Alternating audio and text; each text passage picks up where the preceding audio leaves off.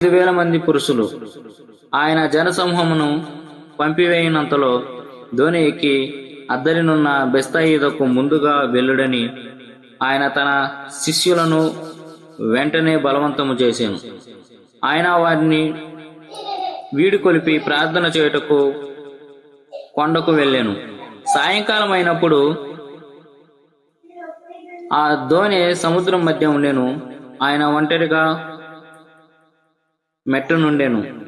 అప్పుడు వారికి గాలి ఎదురైనందున దోణి నడిపించుటలో వారు మిక్కిలి కష్టపడుచుండగా ఆయన చూచి రాత్రి ఇంచుమించు 4వ జామున సముద్రం మీద నడుచుచు వారి యొద్దకు వచ్చి వారిని దాటిపోవాలని ఉండెను. ఆయన సముద్రము మీద నడుచుట వారు చూచి భూతమని తలంచి కేకలు వేసిరి.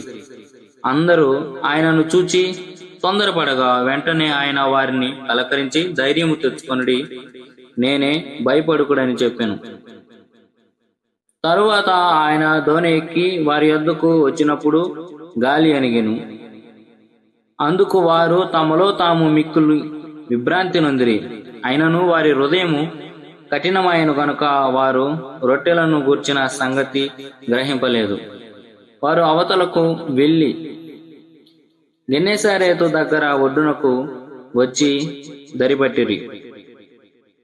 వారు దోణి దిగగానే జనులు ఆయనను గుర్తుపట్టి ఆ ప్రదేశమంతటా పరిగెత్తుకొని పోయి ఆయన ఉన్నాడని వినిన చోటకు రోగులను మంచముల మీద మోసుకొని వచ్చుటకు మొదలుపెట్టిరి.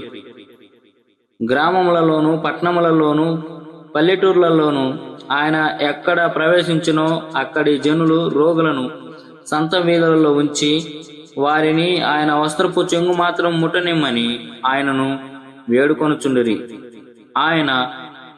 ఆయనను ముట్టిన వారందరూ స్వస్థత నొందిరి.